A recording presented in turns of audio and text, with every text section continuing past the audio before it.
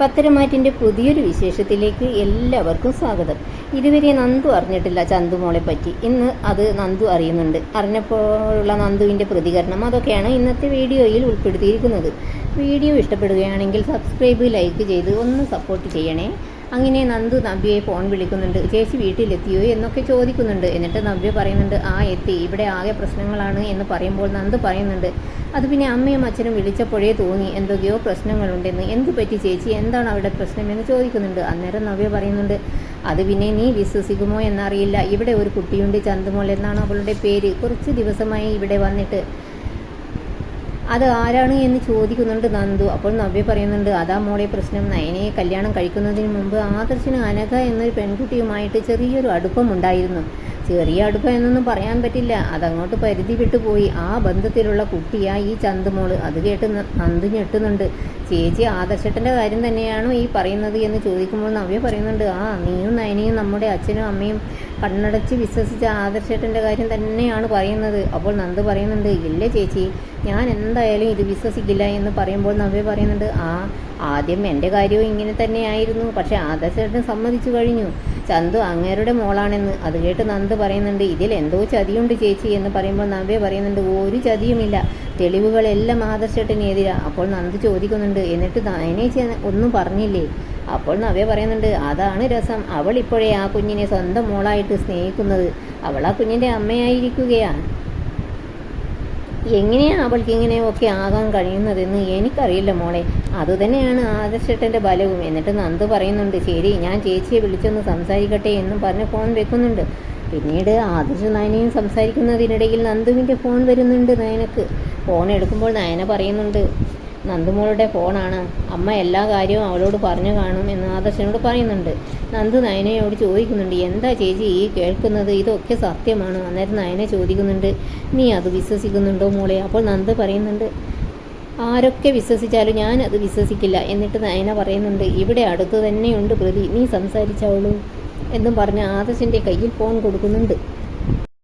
അങ്ങനെ ആദർശ് ഫോൺ വാങ്ങി ആ മോളെ എന്ന് വിളിക്കുമ്പോൾ തന്നെ നന്ദു ചോദിക്കുന്നുണ്ട്, എന്താ ആദർശേട്ടാ ഇതൊക്കെ? അത് കേട്ട് ആദർശ് പറയുന്നുണ്ട്, നീ ഒരു പോലീസ് ഓഫീസർ ആകാൻ പോകുന്നവളല്ലേ, എന്താ സംഭവിച്ചത് എന്ന് നീ കണ്ടുപിടിക്കുക. അപ്പോൾ നന്ദു പറയുന്നുണ്ട്, ഞാൻ അറിയുന്ന ആദർശേട്ടൻ അങ്ങനെ ഒരു തെറ്റും ചെയ്യില്ല.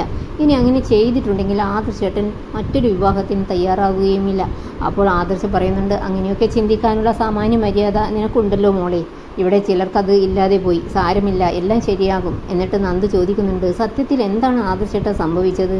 അന്നേരം ആദർശ് പറയുന്നുണ്ട്, തൽക്കാലം അത് ഇപ്പോൾ പറയാൻ പറ്റില്ല, എൻ്റെ ഭാര്യയ്ക്ക് എന്നെ വിശ്വാസമാണ്, എനിക്കത്രയും മതി. ശരി മോളെ, ഞാൻ നയനക്ക് കൊടുക്കാം എന്നും പറഞ്ഞ് ഫോൺ നയനക്ക് കൊടുക്കുന്നുണ്ട്. എന്നിട്ട് നന്ദു നയനയോട് ചോദിക്കുന്നുണ്ട്, ചന്തുമോൾ അടുത്തുണ്ടോ?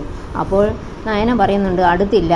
നീ മോളെ കണ്ടിട്ടില്ലല്ലോ, ഞാൻ ഇപ്പോൾ തന്നെ വീഡിയോ കോൾ ചെയ്യാമെന്നും പറഞ്ഞിട്ട് ചന്തുമോളുടെ അടുത്തേക്ക് പോയി വീഡിയോ കോൾ വിളിക്കുന്നുണ്ട്. അന്നേരം കുഞ്ഞിൻ്റെ അടുത്ത് അനിയും ഉണ്ട്. നയന മോളോട് പറയുന്നുണ്ട്, അപ്പോഴേ മോൾ ഇങ്ങോട്ട് വാ, ഒരാൾക്ക് മോളെ കാണണം എന്ന് പറഞ്ഞിട്ടുണ്ട്. എന്നിട്ട് നന്ദുവിനെ ചന്തുമോളെ കാണിച്ചു കൊടുക്കുന്നുണ്ട്. ഇതാണ് ആള്, ഞങ്ങളുടെ ചന്തുമോള്. ഹായ് മോളു എന്ന് നന്ദു പറഞ്ഞപ്പോൾ ചന്തുമോള് ചിരിച്ചുകൊണ്ട് ഹായ് ആൻറ്റി എന്ന് പറയുന്നുണ്ട്. അതിനിടയ്ക്ക് കയറി വന്ന് അനിയും ഹായ് എന്ന് പറഞ്ഞപ്പോൾ നന്ദു മുഖം വെട്ടി മാറ്റുന്നുണ്ട്. എന്നിട്ട് മോളോട് ചോദിക്കുന്നുണ്ട്, മോളുടെ പേരെന്താ? കുഞ്ഞ് പറയുന്നുണ്ട്, ചന്തുമോള്. അത് കേട്ട് നന്ദു, അതാണോ മോളുടെ യഥാർത്ഥ പേര് എന്ന് ചോദിക്കുമ്പോൾ അനി പറയുന്നുണ്ട്, യഥാർത്ഥ പേര് ചാന്ദിനി എന്നാണ്.